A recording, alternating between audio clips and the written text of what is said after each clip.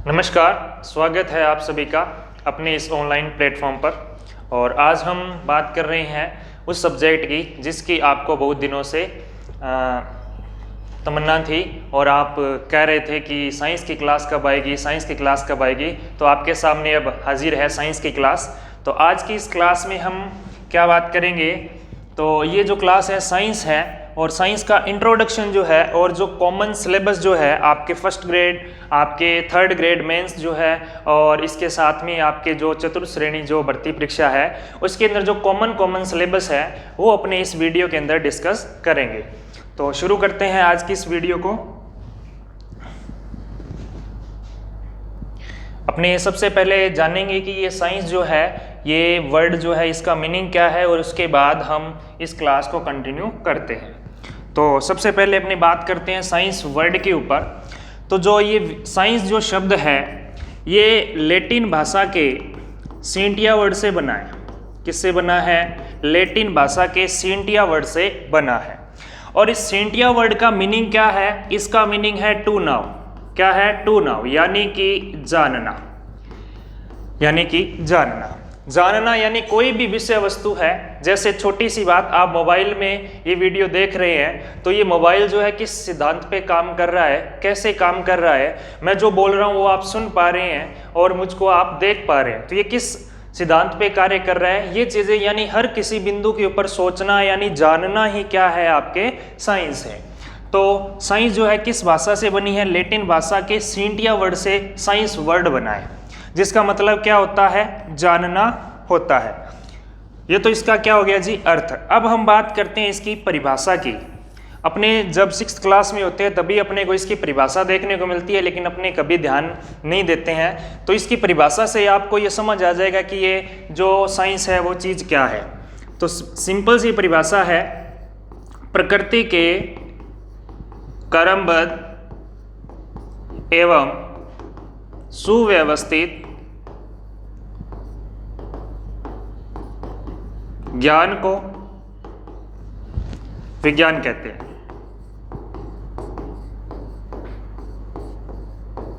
ठीक है, यहां पे मैंने आपको क्या लिखी? परिभाषा। प्रकृति के क्रमबद्ध एवं सुव्यवस्थित ज्ञान को क्या कहते हैं? विज्ञान कहते हैं। यहां पे सिर्फ आपको 1, 2 और ये 3 और इसके साथ में ये चौथा ज्ञान शब्द, इन चारों का अगर मतलब पता है तो आप विज्ञान की जो जानकारी है वो ऑलमोस्ट प्राप्त कर लेंगे। देखो, प्रकृति यानी कि नेचर, यानी आपके चारों ओर का जो भी क्षेत्र है, जो भी एरिया है, उसके अंदर जो कुछ भी चीजें लोकेटेड है वो सारी की सारी चीजें आपके क्या है? नेचर है। ठीक है, उसके बाद क्या है? क्रमबद्ध। क्रमबद्ध का मतलब होता है सीक्वेंस से, एक के बाद एक। जैसे आपके बुक में चैप्टर होते हैं, फर्स्ट चैप्टर हो गया, सेकंड चैप्टर, थर्ड चैप्टर, ये एक सीक्वेंस से चलता है। तो वो जो सीक्वेंस है उसी को क्या बोलते हैं? क्रमबद्धता। उसके बाद में है सुव्यवस्थित, यानी कि व्यवस्थित तरीके से लिखा गया ज्ञान। यानी इस तरह से है कि जैसे आप साइंस पढ़ते हो तो आपको जो पाचन तंत्र, जैसे एग्जांपल में मैं कह रहा हूँ कि पाचन तंत्र पढ़ रहे हो तो आप एक सीक्वेंस से पढ़ोगे। पहले मुख आएगा, फिर ग्रसनी पढ़ोगे, फिर आप आमाशय पढ़ोगे, फिर छोटी आंत पढ़ोगे, फिर आप क्या पढ़ोगे? बड़ी आंत। इस तरह से एक व्यवस्थित तरीके से। इसके साथ ही जैसे आप मानव के बारे में पढ़ रहे हो तो उस पूरे चैप्टर में आपको मानव के जितने तंत्र है वो पढ़ने को मिलेंगे। और जो पेड़ का चैप्टर है उसमें पेड़ के बारे में मिलेगा, या फिजिक्स का कोई चैप्टर है जैसे कार्य के बारे में आप पढ़ रहे हो तो उसमें पूरा कार्य का जो बातें हैं वो आप देखोगे वहाँ पे। लेकिन अगर इसको क्या कर दिया जाए, पूरी चीज़ों को एक साथ मिक्स कर दिया जाए, एक लाइन बायोलॉजी की, एक केमिस्ट्री की, एक फिजिक्स की, तो आप समझ नहीं पाओगे। उसको एक व्यवस्थित बनाना ही क्या है? सुव्यवस्थित। ज्ञान, ज्ञान क्या है? ज्ञान है जानकारियाँ। ज्ञान क्या है? जानकारियां। जो भी आप जानकारी प्राप्त करते हो, जो भी बातें आप सीखते हो, वही आपका क्या बन जाता है? ज्ञान बन जाता है। तो इस तरह से इन सभी शब्दों का जो आपके मैचअप है या जो मिलन होगा उससे आपको साइंस की जो पूरी परिभाषा समझ आ जाएगी। प्रकृति यानी आपके चारों ओर का जो आवरण है वो हो गया। क्रमबद्ध यानी उसके ऊपर एक सीक्वेंस से लिखा गया, व्यवस्थित तरीके से लिखा गया। जो ज्ञान यानी कि जो जानकारियां हैं उसे ही हम क्या कहते हैं? विज्ञान कहते हैं। तो आशा करता हूं आपको समझ आई होगी विज्ञान की परिभाषा। नेक्स्ट अपने देखते हैं, विज्ञान जो है वो एक बहुत बड़ा सब्जेक्ट है। क्या है, बहुत बड़ा सब्जेक्ट है। तो इसको कुछ छोटी छोटी शाखाओं में बांटा गया। पढ़ने की दृष्टि से इसको क्या बनाया जाए, आसान बनाया जाए। पढ़ने के लिए आसान बनाने के लिए इसको छोटी छोटी जो शाखाएं हैं उनके अंदर बांटा गया। ठीक है, तो इसमें मुख्य रूप से आपके जो सिलेबस के अंदर अगर अपनी चर्चा करते हैं तो यहाँ पे आपके पास में 3 ब्रांच आपके सामने आती है। एक है भौतिक विज्ञान, एक है रसायन विज्ञान और एक है जीव विज्ञान। भौतिक विज्ञान को आप फिजिक्स के नाम से जानते हैं, रसायन विज्ञान को आप केमिस्ट्री के नाम से जानते हैं और जीव विज्ञान को आप बायोलॉजी के नाम से जानते हैं। ठीक है, अब अपने इसके अंदर देखेंगे कि इनका क्या मतलब है, किसके अंदर कौन सी ब्रांच आती है, क्या चीजें पढ़ी जाती है। तो देखो, पहले अपने बात करते हैं किसके बारे में, फिजिक्स के बारे में बात करते हैं। किसके बारे में, फिजिक्स के बारे में, यानी जिसको हिंदी में क्या बोला जाता है, भौतिक विज्ञान बोला जाता है।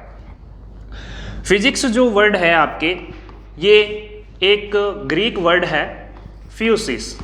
कौन सा वर्ड है जी, फ्यूसिस। इस फ्यूसिस वर्ड से कौन सा वर्ड बना है, फिजिक्स। और इस फ्यूसिस का मीनिंग क्या होता है, नेचर। क्या होता है जी, नेचर होता है। नेचर यानी कि प्रकृति। तो भौतिक विज्ञान जो है इसके अंदर हम प्रकृति के ऊपर जितने भी नियम आधारित हैं उनके बारे में अध्ययन करते हैं। जैसे आपने किसी भी वस्तु को छोड़ा, वो नीचे गिर रही है, क्यों गिरी नीचे, गुरुत्वाकर्षण। तो ये क्या है, एक प्राकृतिक घटना है। जितनी भी प्राकृतिक घटनाएं हैं, प्रकृति के अंदर अपने आप होने वाली घटनाएं हैं, उन घटनाओं का जो अध्ययन किया जाता है वो फिजिक्स में यानी कि भौतिक विज्ञान में किया जाता है। तो ये बात आपको समझ आ गई। भौतिक विज्ञान में किसके ऊपर, प्राकृतिक घटनाओं के ऊपर अपने क्या करते हैं, अध्ययन करते हैं। किसके ऊपर, प्राकृतिक घटनाओं पे। बात समझ आ गई होगी। नेक्स्ट है रसायन विज्ञान यानी केमिस्ट्री। इसके तो नाम से समझ जाओगे, रसायन यानी केमिकल आप बोलते हैं, है ना, साधारण भाषा में क्या कहते हैं, केमिकल। और केमिस्ट्री जो है ये बना है आपके कीमिया वर्ड से। किस वर्ड से बना है, कीमिया वर्ड से। और इसका मतलब होता है काली मिट्टी। क्या होता है, काली मिट्टी। ठीक है, और केमिस्ट्री के अंदर अपने जो अध्ययन करते हैं वो किसके बारे में करते हैं, पदार्थों के बारे में करते हैं। पदार्थों का जो संगठन है उसके बारे में करते हैं। पदार्थों के संगठन का मतलब है आप परमाणु क्या है, अणु क्या है, वो कैसे जुड़ते हैं, किन नियमों के आधारित होते हैं, उनको जैसे हाइड्रोजन कैसे बना, उसका क्या सिस्टम है। तो ये सारी जो बातें आती है वो किसके अंदर पढ़ती है, अपने रसायन विज्ञान के अंदर। या मोटी तौर पे सिंपल भाषा में कहना चाहिए तो केमिकल के बारे में इसके अंदर अध्ययन किया जाता है। नेक्स्ट आपके पास में आ गया जीव विज्ञान, या इंग्लिश में बोलते हैं बायोलॉजी। बायोलॉजी जो है ये 2 शब्दों से मिलके बना है, एक है बायोस, एक है लोगोस। क्या है, बायोस और लोगोस। बायोस का मतलब होता है लाइफ। क्या होता है, लाइफ। लोगोस का मतलब होता है स्टडी यानी जीवन, और इसका मतलब क्या होता है, अध्ययन। यानी जीवन के बारे में क्या करना जी, अध्ययन करना। आपकी पूरी बॉडी है वो कैसे जनरेट होती है, कैसे आप छोटे थे उसके बाद धीरे धीरे वृद्धि करते हो, पोषण करते हो और फिर बड़े हो जाते हो, किस तरह से ये सारा सिस्टम होता है। यानी पूरी लाइफ के ऊपर जो स्टडी करते हैं, अपनी इस पूरी मशीन, अपने क्या है, एक मशीन की तरह ही तो काम कर रहे हैं। अपने पूरे ऑर्गन जो है एक मशीनी क्रियाकलापों की तरह ही काम करती है। तो ये इसके बारे में पूरी जानकारी प्राप्त करना ही किसके अंदर अध्ययन किया जाता है, जीव विज्ञान है। बात समझ आ गई होगी। अब एक छोटी सी जानकारी और दे दूं मैं आपको।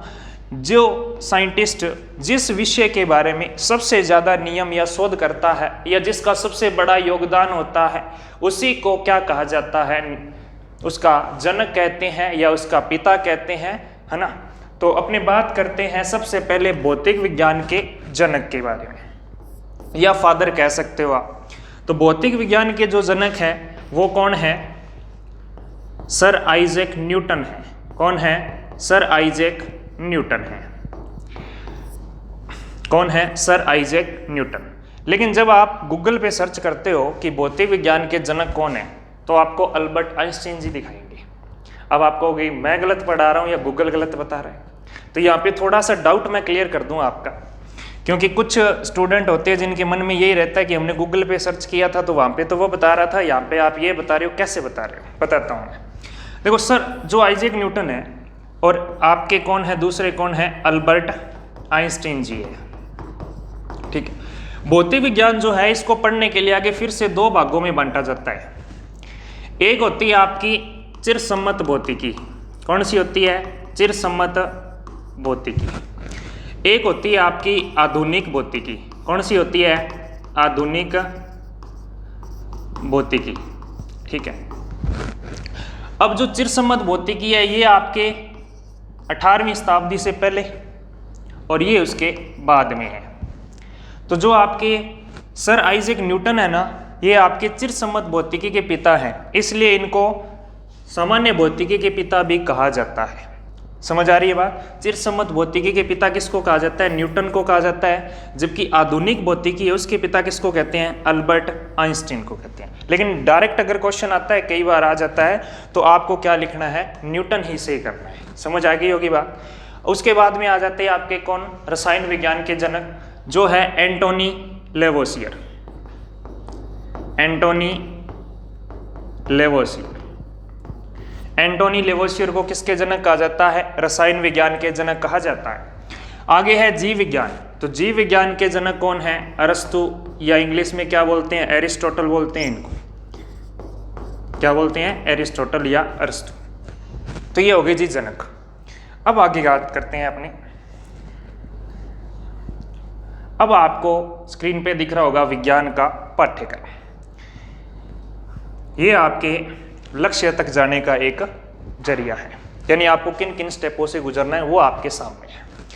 मैंने क्रम वाइज इसको लिखा है। देखो आपके जो भी पाठ्यक्रम है उसको आप थोड़ा मैच कर सकते हैं। मैंने कॉमन टॉपिक सारे जो है वो लिखे हैं, सभी भर्तियों के जो कॉमन टॉपिक हैं। तो यहाँ पे सबसे पहले बात करते हैं अपने भौतिक विज्ञान के बारे में। पहला टॉपिक लिखा है मैंने मापन और मात्रक। दूसरा टॉपिक है आपके गति यानी कि मोशन, और इसी के अंदर ही आपके गति के नियम वगैरह सब आ जाएंगे। फिर आपके हैं बल, उसके बाद है कार्य और ऊर्जा, फिर है आपके प्रकाश, और फिर है विद्युत धारा। ये कॉमन टॉपिक है जो फिजिक्स के आपके पूछे जाते हैं। इनमें गति, बल और कार्य ऊर्जा, ये तीनों जो टॉपिक हैं ये आपके फर्स्ट ग्रेड के टॉपिक हैं। फर्स्ट ग्रेड जो फर्स्ट पेपर है उसके अंदर ये तीनों टॉपिक आपके लगते हैं। ठीक है। और ये तीनों टॉपिक पढ़ोगे तो ये फर्स्ट टॉपिक जो है ये आपको कहीं भी सिलेबस में नहीं मिलेगा, लेकिन ये पढ़ना जरूरी होता है, क्योंकि साइंस को अगर आप पढ़ रहे हो, जैसे आपके मात्रक मापन वगैरह जो है, जो आपके क्वेश्चन आ जाते हैं साधारण से, तो ये इसी में से आते हैं। तो ये टॉपिक जो है अपने पहले करेंगे। उसके बाद है आपके रसायन विज्ञान, केमिस्ट्री। तो केमिस्ट्री में कौन कौन से टॉपिक है? पहला टॉपिक है परमाणु और अणु।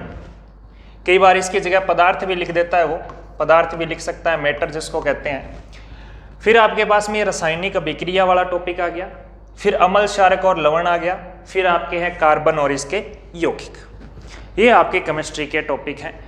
इसमें परमाणु और अणु फर्स्ट ग्रेड में है आपके, रासायनिक अभिक्रिया फर्स्ट ग्रेड में आपके, और कार्बन और इसके यौगिक क्या हैं? फर्स्ट ग्रेड के हैं। अच्छा, एक चीज और बता दूं, आपके जो आपके फर्स्ट ग्रेड की टॉपिक है वो अपने पहले लेके चलेंगे, बाकी टॉपिक अपने जो है बाकी भर्तियों के वो अपने धीरे धीरे अपने करेंगे।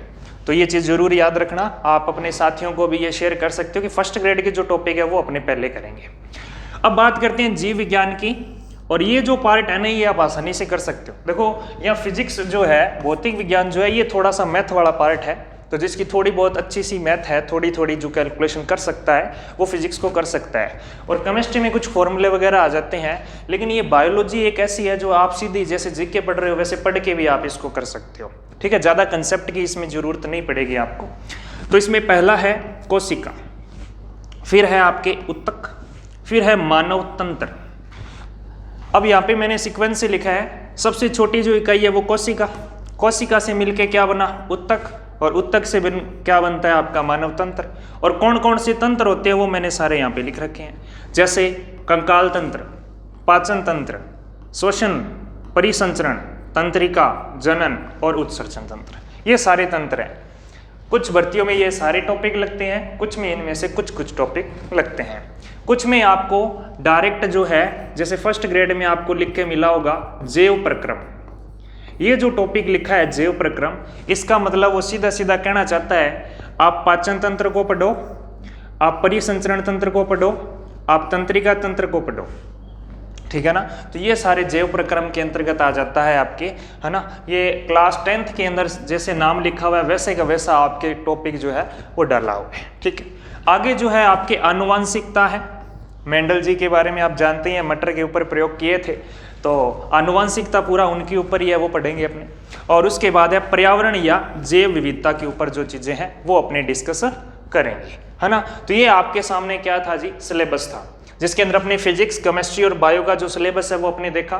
फिजिक्स के कौन से टॉपिक फर्स्ट ग्रेड में वो मैंने आपको बता दिए, केमिस्ट्री के बता दिए, और बायो में आपके एक तो उत्तक टॉपिक लगता है, उसके बाद में आपके जो पाचन तंत्र है, परिसंचरण तंत्र है, और जो आपके आनुवंशिकता है, और जो पर्यावरण और जैव विविधता वाला टॉपिक है, ये आपके फर्स्ट ग्रेड के सिलेबस के अंदर लगते हैं। इनको अपने कवर करेंगे। तो आशा करता हूँ ये सिलेबस आपने अच्छे से देख लिया है और इसमें क्या चीजें हैं वो आपको कवर हो गई होगी। आगे अपने आज बेसिक चल रहा है, तो बेसिक के अंदर ही अपना जो फर्स्ट टॉपिक मैं कह रहा था कि साइंस के लिए जो बेसिक जानकारी है वो आपको होनी चाहिए, मात्रक वगैरह है, ये चीज़ें अपने को पता होनी चाहिए, तो वो थोड़ा सा अपने देख लेते हैं। तो देखिए आपके टॉपिक लिखा हुआ है मापन और मात्रक। मापन और मात्रक, पहले अपनी बात करते हैं कि मापन मेजरमेंट क्या होता है। मेजरमेंट या मापन क्या होता है। मेजरमेंट या मापन का मतलब है किसी भी वस्तु है या कोई भी विषय वस्तु है उसके बारे में उसका क्या है, एक माप है।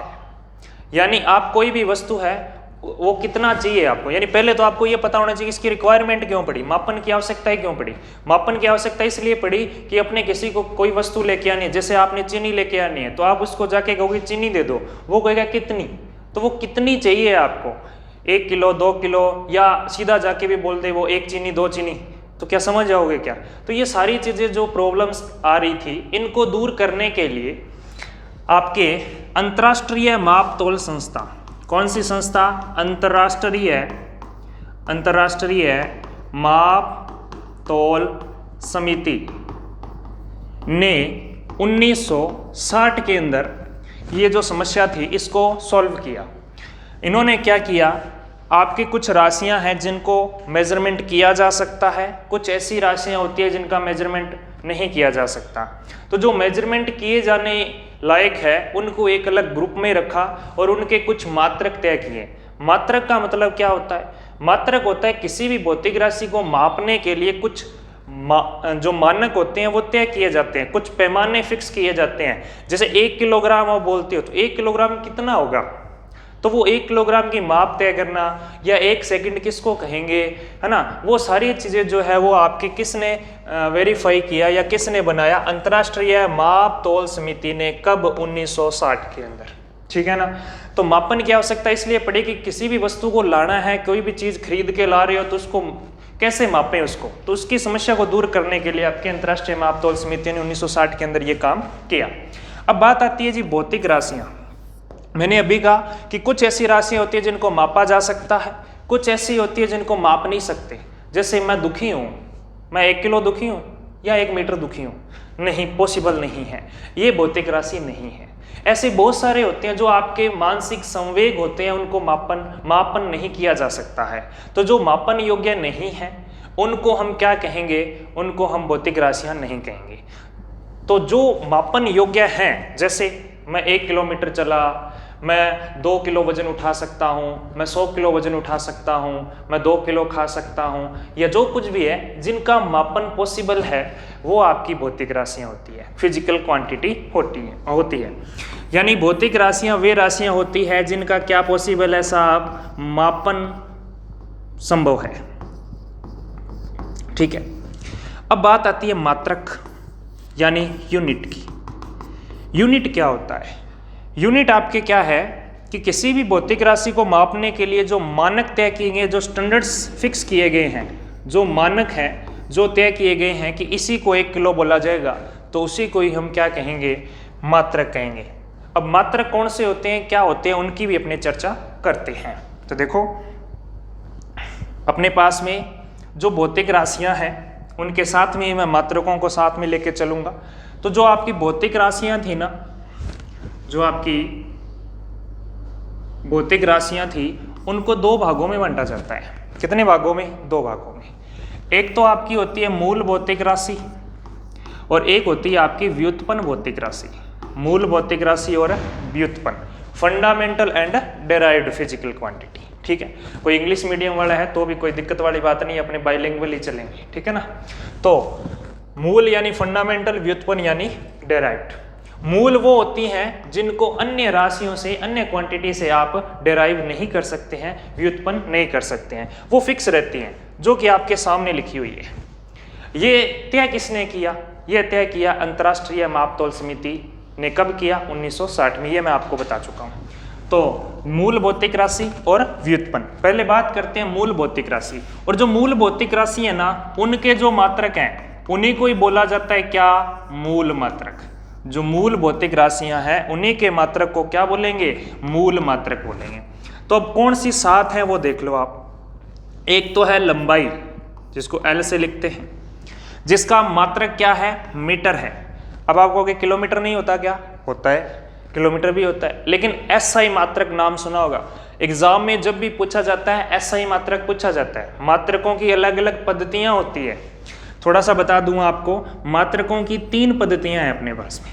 कितनी? 3। एक होती है MKS, जिसको आप SI मात्रक पद्धति बोल सकते हो, क्योंकि उन्होंने इसी को SI के रूप में अपनाया है। दूसरी कौन सी है? CGS है। और तीसरी कौन सी है? FPS है। अब इनका मतलब क्या है? बहुत ईजी है। Metre kilogram second, centimetre gram second, foot pound second, ये आपके इस तरह से इनके नाम फिक्स किए गए। MKS, CGS और FPS, ये 3 क्या हैं? आपकी पद्धतियां हैं। क्या है? पद्धतियां हैं। किसकी? आपके किसकी पद्धतियां हैं? आपके मात्रकों के मापन की। जो MKS है उसी को ही क्या बोला जाता है? SI। तो मैं SI मात्रक बता रहा हूं आपको। लंबाई का क्या होता है जी? मीटर। और सिंबल भी कई बार पूछ लेता है तो M से लिखते हैं, छोटे वाले M से।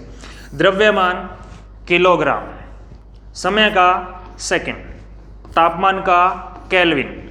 तापमान आम तौर पे अपने किस में मापते हैं? डिग्री सेल्सियस में, लेकिन SI मात्रक याद रखना केल्विन होता है।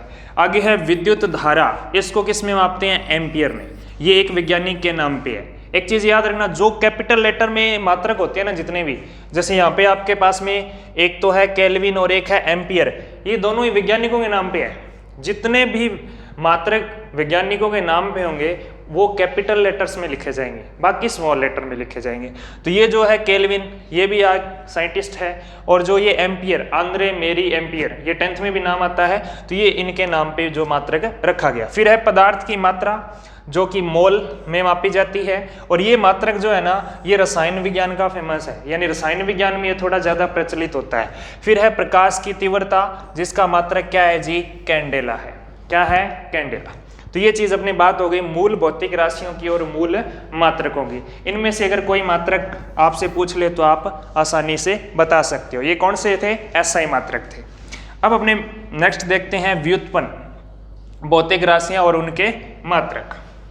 तो देखो, व्युत्पन्न मैंने बता ही दिया, जो मूल भौतिक राशियों से क्या किए जाते हैं? व्युत्पित किए जाते हैं, यानी उनसे उत्पन्न किए जाते हैं। कह सकते हो उनसे डेराइव कर सकते हो आप। कैसे कर सकते हो? देखो ध्यान से। जैसे मैंने लिखा, एक भौतिक राशि लिखी क्षेत्रफल। पहले तो आप ये क्लियर करो कि ये भौतिक राशि है क्या? क्या क्षेत्रफल माप सकते हो? बिल्कुल माप सकते हैं। तो ये क्या है? आपकी भौतिक राशि। फॉर्मूला लिखते हो, लंबाई गुणा चौड़ाई। वैसे देखा जाए तो ये लंबाई तो लंबाई है, चौड़ाई भी एक तरह से लंबाई है। तो ये भी लंबाई को किस में मापते हैं? मीटर से। चौड़ाई को भी किस में मापते हैं? मीटर में। तो ये मीटर गुणा मीटर क्या हो गया? Metre square. तो ये क्या हुआ? आपके मूल मात्रकों की सहायता से नया मात्रक बनाया मैंने। ये मूल मात्रक है, ये भी मूल मात्रक है, गुणा कर दो मीटर स्क्वायर, यानी कि क्षेत्रफल जो है वो आपके व्युत्पन्न भौतिक राशि है और मीटर स्क्वायर आपका क्या है? मात्रक है। कौन सा? व्युत्पन्न मात्रक। आगे है आयतन।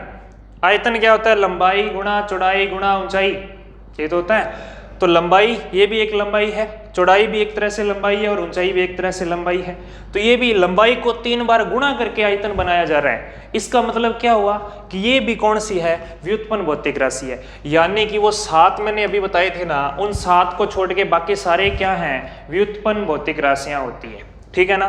तो ये यहाँ पे इसका मात्रक क्या बनेगा, इसका भी मीटर, इसका भी मीटर, इसका भी मीटर, तो क्या बन गया जी, मीटर क्यूब। इसीलिए आयतन को मीटर क्यूब में लिखते हैं।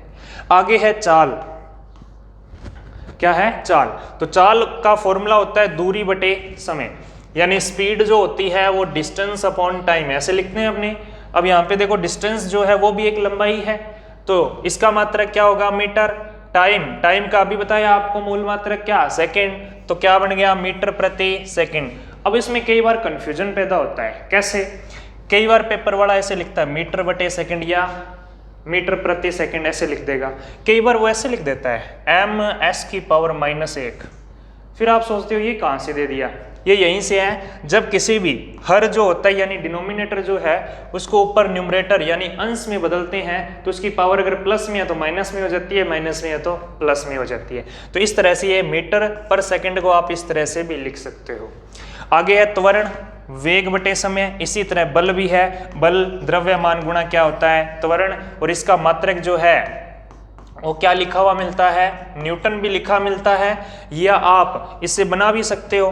क्या बना सकते हो, देखो त्वरण का मात्रक कैसे बनाएंगे, वेग और चाल एक ही है ना, चाल और वेग क्या है, एक ही है, बस वो एक सदिश होती है और एक अदिश। फॉर्मूले में कोई दिक्कत वाली बात नहीं है, वो सेम है, फॉर्मूले में सेम है ना। तो इसके अंदर क्या होगा, वेग का होगा मीटर बटे सेकंड, और नीचे 1 सेकंड और दिया हुआ है तो गुणा में क्या आ जाएगा, सेकंड। तो इससे क्या बन जाएगा आपके मीटर प्रति सेकंड स्क्वायर बन जाएगा।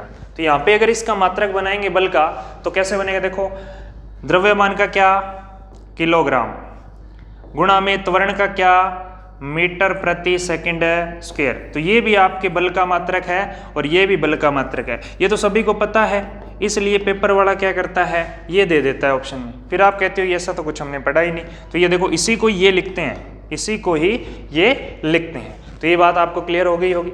चलते हैं नेक्स्ट है अपने पास में पूरक मात्रक। देखो मैंने आपको कहा मुख्यतः 2 भागों में बांटा, लेकिन बात ऐसी बनी कि जब उन्होंने वो मात्रक फिक्स किए तब 2 मात्रक ऐसे रह गए जो नई तो मूल मात्रकों में आ सके और नई व्युत्पन्न में आ सके। तो उन्होंने एक नई कैटेगरी बना दी पूरक मात्रक, यानी सप्लीमेंट आपके यूनिट्स। तो यहाँ पे लिख भी रखा है सप्लीमेंट SI यूनिट्स। ये जो 2 है ये आपके मूल मात्रकों में शामिल नहीं किए गए, उनमें अगर छेड़छाड़ करते तो वो पूरा सिस्टम ही बदल जाता, इसलिए उन्होंने एक नई कैटेगरी बना के छोड़ दिया और पूरी समस्या क्या हो गई जी, सॉल्व हो गई। तो इस तरह से आपकी तीसरी कैटेगरी आ जाती है, कौन सी, पूरक यानी सप्लीमेंट, जो आपके SI यूनिट्स हैं उनके बारे में। तो ये 2 ही हैं, एक तो है प्लेन एंगल यानी कि सामान्य जो कोण है, क्या है, कोण। पहला तो कौन सा है, कोण। सॉलिड एंगल दूसरा यानी कि घन कोण, घन कोण बोल दो या इसको ठोस कोण बोलोगे, क्या बोल दोगे, ठोस कोण। अब इनका मतलब कोण तो सिंपल, एक लाइन ये बनाई मैंने, एक लाइन ये बनाई, इनके बीच में क्या बन रहा है, ये कोण बन रहा है। ठोस कोण का मतलब ये हुआ कि आपने त्रिविमीय आकृति ली, यानी 3D आकृति। कैसे, जैसे एक लाइन ये बनाई मैंने, एक ये बनाई मैंने, एक ये बनाई, तो इन तीनों के बीच में एक कॉमन एंगल बनेगा, उस एंगल को क्या बोलते हैं, ठोस कोण या घन कोण बोलते हैं। तो कोण का मात्रक क्या होता है, रेडियन। SI मात्रक की बात कर रहा हूँ, क्या होता है, रेडियन होता है। अपने डिग्री पढ़ा है, जब छोटे थे तब से डिग्री पढ़ते आ रहे हैं, 80 डिग्री का कोण, 60 डिग्री का कोण, 90 डिग्री का कोण। तो डिग्री मत कर देना, डिग्री नहीं है SI मात्रक। SI मात्रक क्या है, कोण यानी एंगल का रेडियन है। क्या है, रेडियन है, याद रखना इस बात को। और फिर है आपके पास में घन या ठोस कोण, जो कि क्या होता है, STRAD यानी स्टे रेडियन। क्या है, स्टे रेडियन, क्या है, स्टे रेडियन। तो इस तरह से आप याद रख सकते हो। और एक छोटा सा कन्वर्जन याद रख लेना, पाई बराबर होता है 180 डिग्री। पाई बराबर क्या होता है, 180 डिग्री। इस फॉर्मूले से आप चेंज कर सकते हो डिग्री को रेडियन में और रेडियन को डिग्री में। तो आशा करता हूँ ये पूरक मात्रक आपको समझ आ गए होंगे, यानी ऐसी कैटेगरी जो मूल में भी नहीं शामिल हो सकी और जो आपके व्युत्पन्न उनमें भी नहीं शामिल हो सके, उनको क्या बना दिया, पूरक। 2 ही हैं, याद रखना। नेक्स्ट अपने ये जो टेबल है ना, ये बहुत इंपॉर्टेंट है। कैसे, आपको सारा कुछ आता है ना, अगर ये नहीं आता तो आप बहुत कुछ गलत कर दोगे। कैसे, आपने पढ़ा होगा, अपने अभी पढ़ा मीटर। मीटर जो है वो क्या है, SI मात्रक है, मीटर क्या है, SI मात्रक है। कई बार आपने पढ़ा होगा mm यानी मिलीमीटर। अब ये कौन सा मात्रक बन गया?